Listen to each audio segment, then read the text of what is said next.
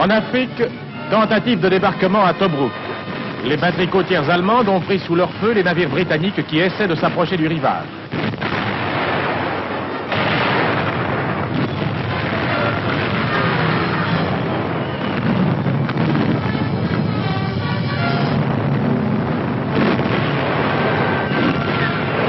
Un bateau chargé de munitions saute.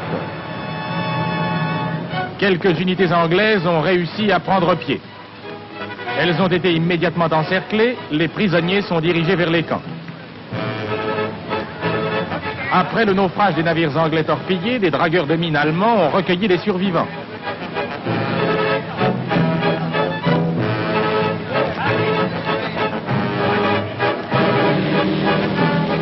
Une vedette rapide a été capturée. On remarque les couleurs du Reich flottant à côté du pavillon britannique. La tentative a échoué, le port de Tobruk a repris son activité.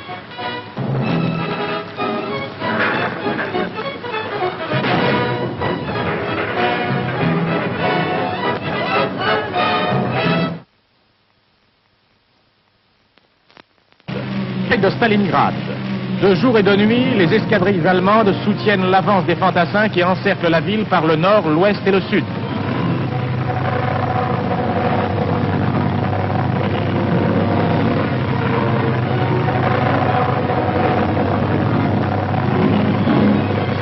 Survolant la Volga, par vagues successives, les bombardiers pilonnent les lignes de fortification soviétiques et vont attaquer en piqué les concentrations de troupes.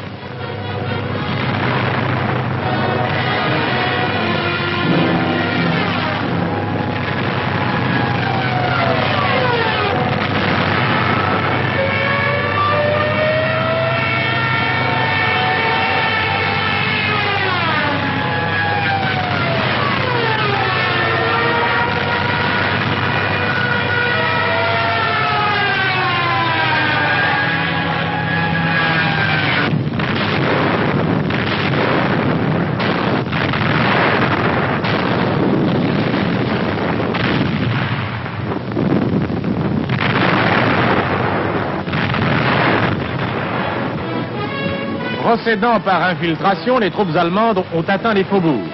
De fait, cesse l'action des armes motorisées. Dans le combat de rue, les adversaires en présence opposent leurs infanteries et leurs troupes d'assaut.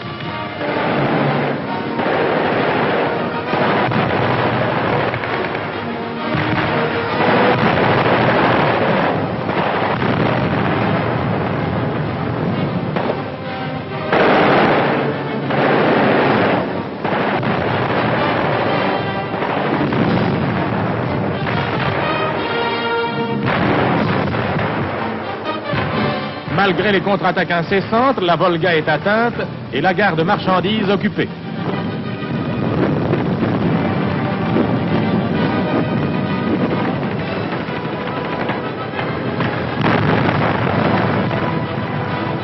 Les silos à blé.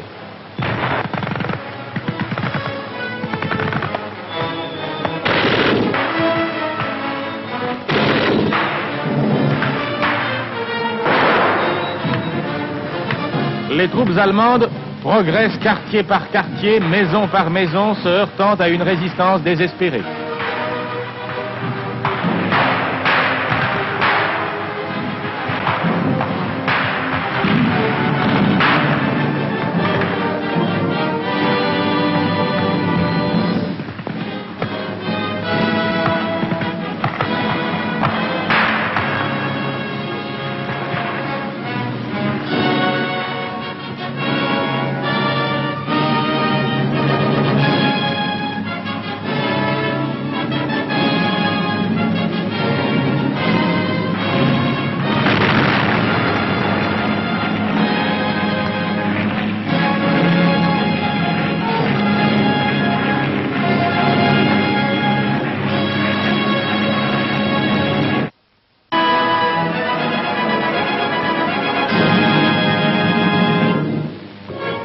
La foire internationale de Lyon vient de s'ouvrir. Elle est inaugurée par M. Bichelon, secrétaire d'État à la production industrielle, M. Lagardelle, ministre du Travail, M. Brevier, sous-secrétaire d'État aux colonies.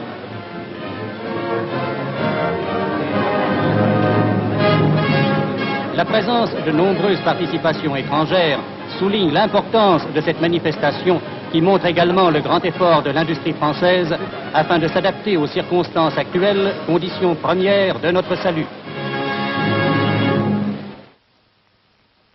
Une belle réalisation impériale. L'autorail à gazogène a fait son apparition en Afrique du Nord, où il permettra de maintenir des liaisons vitales. Transportant 50 personnes, cet autorail a tout d'abord réalisé la remarquable performance de relier Alger à Tunis en 17 heures avant de se diriger vers le point extrême du transsaharien. Colombe-Béchar. Après Colombe-Béchar, c'est en plein désert la traversée de la piste des Méharis et l'arrivée au kilomètre 47 du dernier tronçon en construction du Méditerranée-Niger.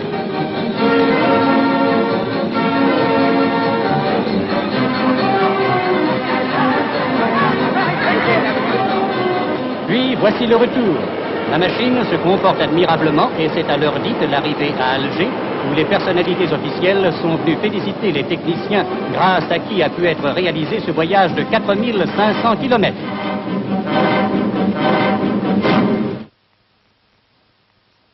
Est en croisière. Quittant Marseille à bord de 2 voiliers, la Chimère et le Black Swan, les futurs officiers regagnent Toulon qui est aujourd'hui leur port d'attache. Les élèves font leur apprentissage de marins, tenant à tour de rôle tous les postes, depuis celui de commandant jusqu'à celui de simple mousse.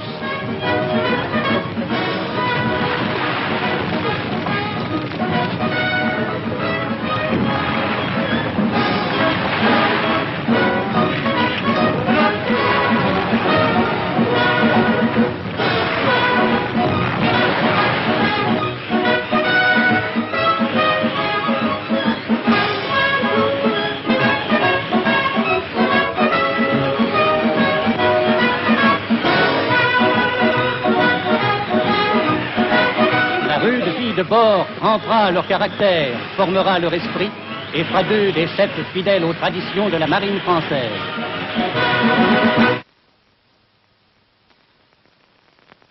Dakar, 23 septembre 1940. 2 ans ont passé. À Vichy, l'amiral Darlan vient s'incliner devant le monument aux morts où il dépose une couronne à la mémoire de ceux qui ont gardé Dakar à la France et qui sont tombés pour la défense et l'honneur du drapeau français.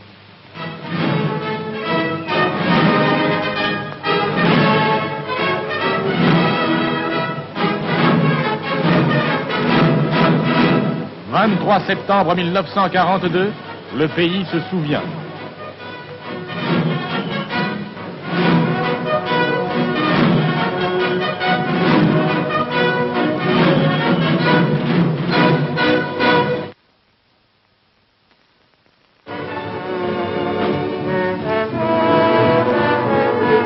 L'art n'a pas de frontières.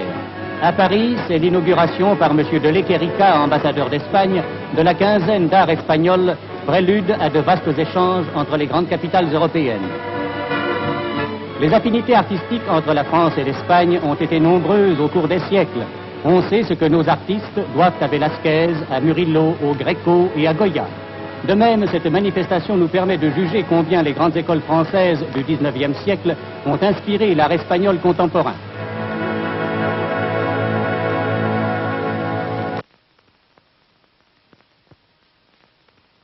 À Berlin, le célèbre chef d'orchestre japonais, Ekitai Han, dirige lui-même l'exécution d'une de ses œuvres qui révèle l'influence occidentale sur la musique nippone d'aujourd'hui.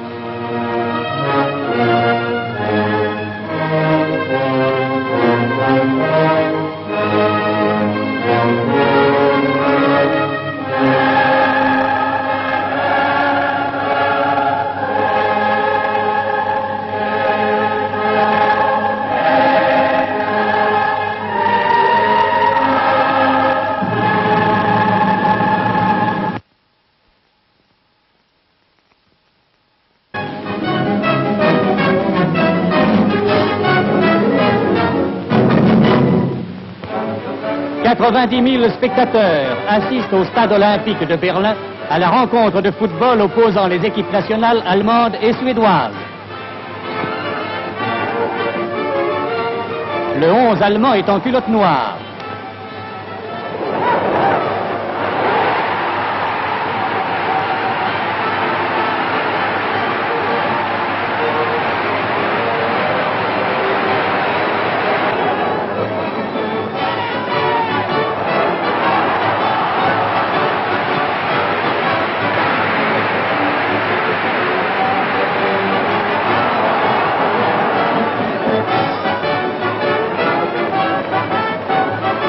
Suède remporte la victoire par 3-2.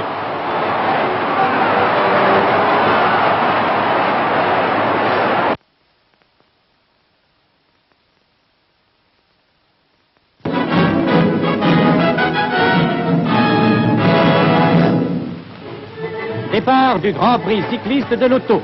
Pour la première fois, 2 équipes nationales sont aux prises. 25 coureurs français vont lutter contre 25 champions belges sur un parcours de 233 km se déroulant autour de Paris. La traversée de Versailles.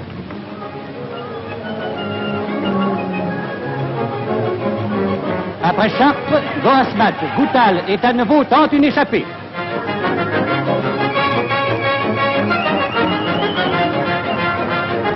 Dans la Beauce, les Belges réagissent et s'élancent à leur poursuite. À Étampes, au kilomètre 165, Thiétard s'est enfui. Il a 1 minute d'avance sur le peloton. Dans la côte de Chevreuse, Louis Thiétard, faisant preuve d'une énergie exceptionnelle, maintient son avance et arrive premier au Parc des Princes. Il donne la victoire à l'équipe française après avoir accompli l'épreuve à la moyenne de 36 km sous une pluie battante.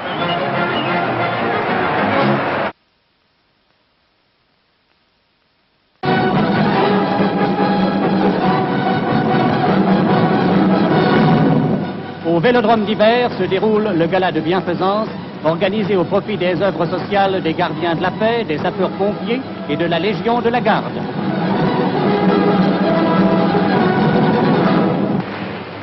La rétrospective des tambours de l'Empire.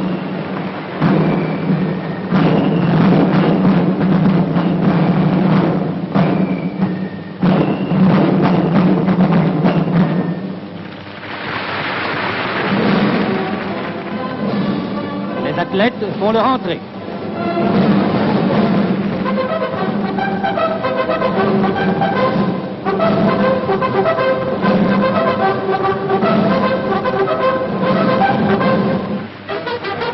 La remarquable exhibition du corps des moniteurs des sapeurs-pompiers de Paris.